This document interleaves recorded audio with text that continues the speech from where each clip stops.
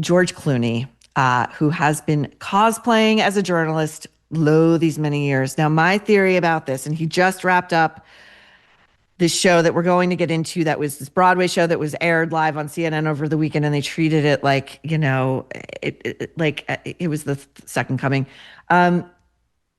My theory about this fetishization of journalists and journalism and his estimation of what journalism should be, I think it's down to his daddy issues. His father was an anchorman, I think, at like a B level, C level market. Like he never became like a Walter Cronkite. He never became like an Edward R. Murrow, but he clearly adores his father and wants his father's approval. And I guess becoming a major movie star wasn't going to cut it.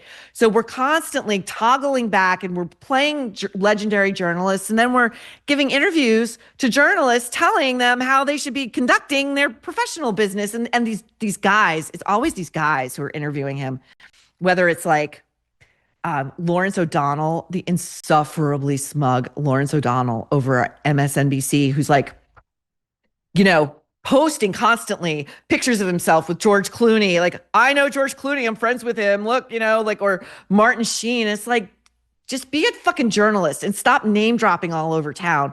Or, he sits with 60 Minutes, and these like middle-aged men are like enraptured by George freaking Clooney, who is an actor who memorizes lines and stands where he's told to stand. Okay, so anyway, CNN on Saturday night aired one of the final performances of Good Night and Good Luck, which is George Clooney. He co-wrote and he starred as Edward R. Murrow at, the height of McCarthyism and the Red Scare. And it really is an excuse for George Clooney in character. I mean, the play literally opens and ends with him standing at a lectern, lecturing the audience about the importance of journalism and media and speaking truth to power and all of this stuff. And he's very stentorian. This thing was insufferable. Okay, first of all, George Clooney has an inner geriatric. He was born in the wrong era. He should have been born in the 1920s or 30s, so that at the time of this play, 1954,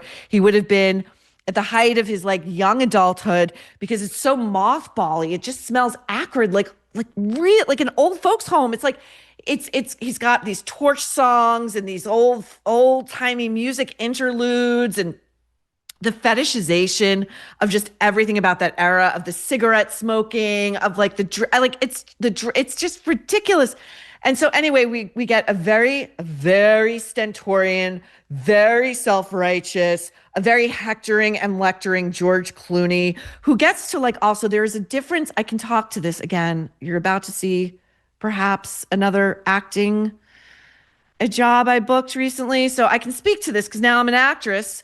There's a difference between acting for film and television and acting for the stage. And the cheat of this play is that Clooney is often speaking into a television camera. So he's doing his TV acting on stage, but like everything that he needs hidden is hidden by this little tactic here. And so he gets to lean into the camera like this, like he's always very serious, and he's very serious, and he's talking to you, and like what he says goes. It's the truth, which is not like if you're reporting, you report the facts and you let the viewer or the reader decide, okay, but that's not this. And the crowd in this particular performance, which I gutted it out so I could talk to you about it. This crowd, this is a crowd. This is a type in New York. They have NPR tote bags. They have subscriptions to the New Yorker. They're members at the Whitney and the MoMA. They've donated to all the right causes. They eat this shit up. They loved it. They loved it. They want George Clooney. They want Big Daddy to spank them. They want Big Daddy to spank them. It's their kink. And the New York Times promoted this play. Like, it got so much unblinking promotion from the liberal media. Look at this from the New York Times. This was a while back. And the headline above a photo of George as Edward R. is "the hero of his time and sadly ours too." Okay, so we all know what they're talking about. Okay. So here's George Clooney talking to, I think this is CNN. This is Anderson Cooper.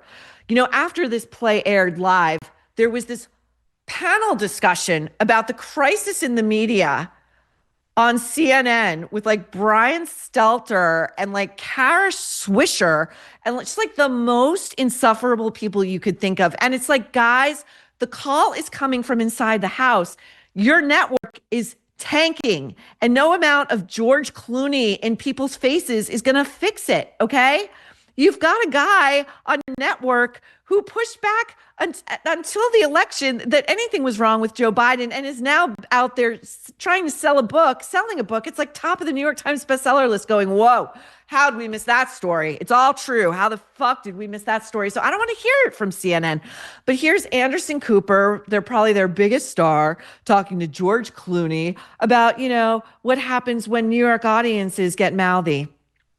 Edward R. Murrow represented us at our best. He spoke in a way that we all wish we could in the right moments. I'm always in the car driving home going, what I should have said. And he kind of said it exactly the right way at the right time.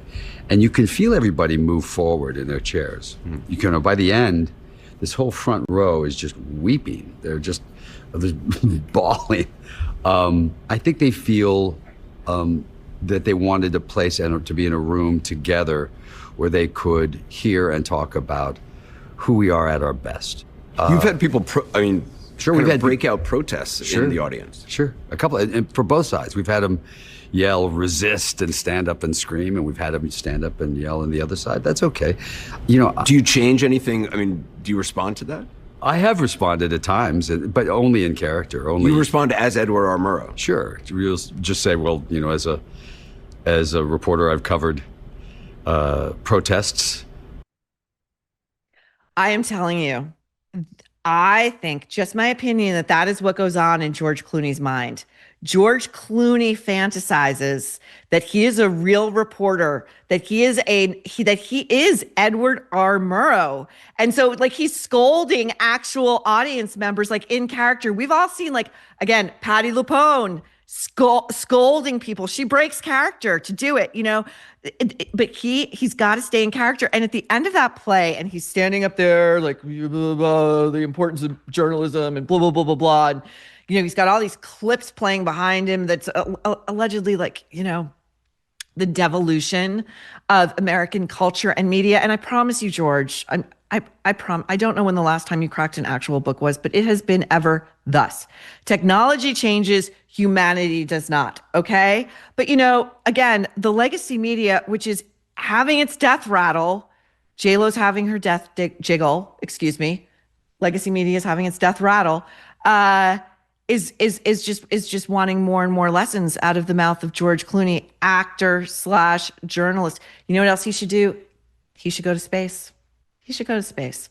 Okay, so let's look at the interview. If he truly wants to be a polymath, go to space. Okay, so let's look at the interview he gave to 60 Minutes a few months back. And so, brace yourselves.